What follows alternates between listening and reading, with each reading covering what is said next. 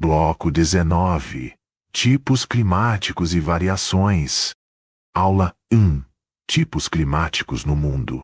Hoje a gente vai falar sobre os tipos climáticos no mundo e como eles se relacionam com a vida das pessoas e com os ecossistemas.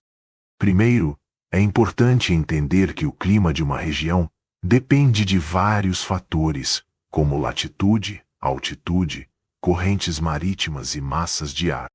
Mas, de forma geral, a gente consegue organizar os climas em 3 grandes grupos. Em climas de alta latitude, que são aqueles bem próximos aos polos. Aqui temos o clima polar com temperaturas sempre abaixo de 0. É frio demais. E o subpolar, que tem verões bem curtos e frescos e vegetação rasteira. Nada de floresta densa aqui. 2 climas de média latitude, que aparecem nas regiões temperadas do planeta. Nessa faixa, encontramos o clima temperado com 4 estações bem definidas: verão, outono, inverno e primavera. E o Mediterrâneo, que tem verões quentes e secos e invernos amenos e chuvosos. É o clima típico de países como Itália e Espanha. 3 climas de baixa latitude, lá nas regiões tropicais e equatoriais. Esse grupo é bem diversificado. O clima equatorial, com calor intenso e muita chuva o ano todo. O clima tropical, com estação seca no inverno e chuvosa no verão. O semiárido, com pouca chuva e vegetação adaptada à seca. E o desértico, onde a água é raridade e a vegetação quase não existe. Monsônico. Chuvas intensas no verão por ação das monções, sul e sudeste asiático. Agora, falando do nosso Brasil, aqui a diversidade climática é enorme por causa do tamanho do país e da posição geográfica. Olha só. O clima equatorial domina a região norte, quentinho e chuvoso o ano todo. O tropical aparece no centro-oeste e parte do nordeste, com verões chuvosos e invernos secos. Nas áreas mais altas, como Minas e Goiás, temos o tropical de altitude, com temperaturas mais amenas. O subtropical, no sul, tem as 4 estações bem definidas e até geadas no inverno. O semiárido do Nordeste é marcado pela seca e vegetação resistente. E no litoral, temos o tropical atlântico, com influência direta do oceano. Aula 2. Classificação dos climas do mundo, conforme o climatologista Vladimir Köppen. Existem várias classificações climáticas no mundo, mas a mais utilizada é a do climatologista Vladimir Köppen, que organiza os climas de acordo com temperatura, umidade e vegetação.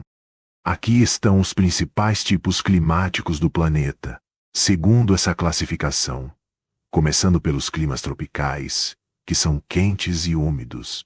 Temos o equatorial, chuvoso o ano todo, como na Amazônia. O tropical úmido e seco, que tem estação de chuva e de seca, como no centro do Brasil. E o monsônico, com chuvas intensas no verão, típico do sudeste asiático. Depois vêm os climas secos. O desértico, quente e quase sem chuva, como o Saara, e o semiárido, com chuvas escassas e irregulares, como o sertão nordestino. Nos climas temperados, encontramos o Mediterrâneo com verões secos e invernos chuvosos, como no sul da Europa, o oceânico com chuvas bem distribuídas e verões frescos, como na Europa Ocidental, o continental com verões quentes e invernos frios, presente no leste europeu. Nos climas frios e polares, temos o frio continental, com invernos rigorosos, a tundra, onde o verão é muito curto, e o polar extremamente frio, como na Groenlândia e na Antártida. Por fim, em regiões de alta montanha, o clima varia conforme a altitude, geralmente frio e com grandes mudanças de temperatura, como nos Andes ou no Himalaia. Aula 3.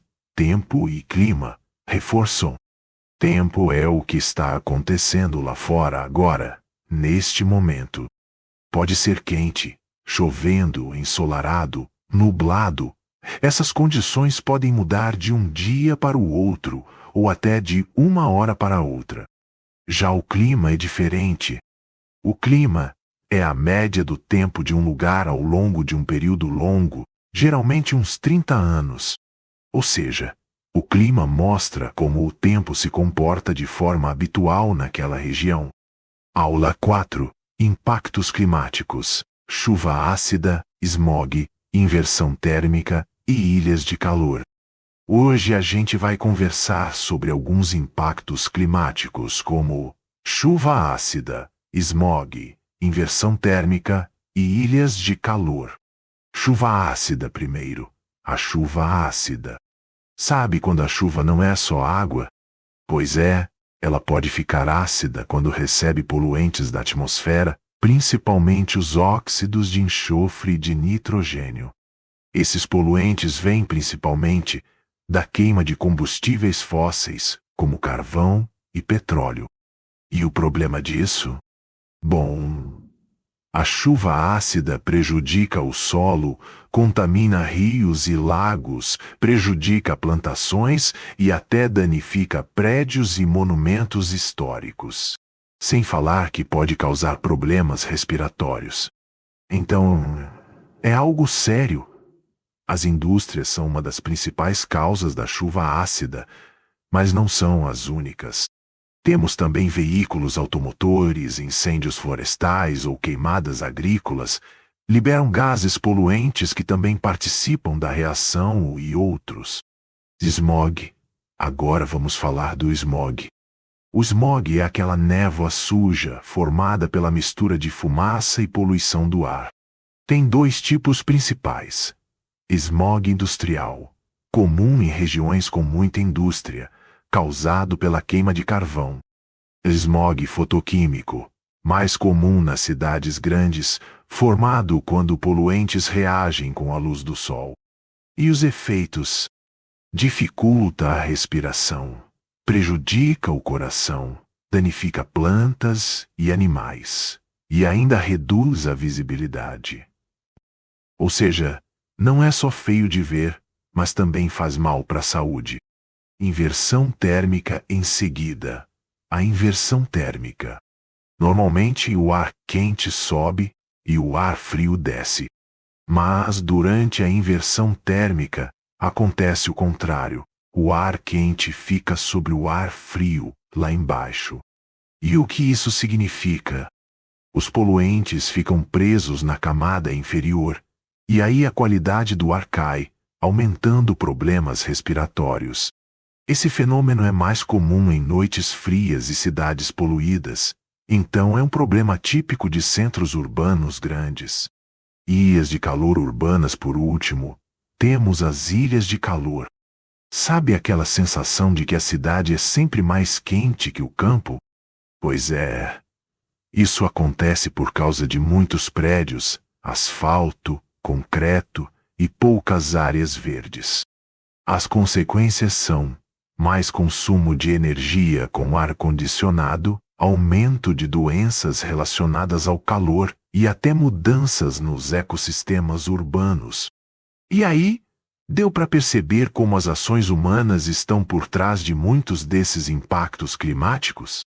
No Enem e em concursos, é muito comum cair questões sobre causas, consequências e soluções. Então fiquem atentos a isso.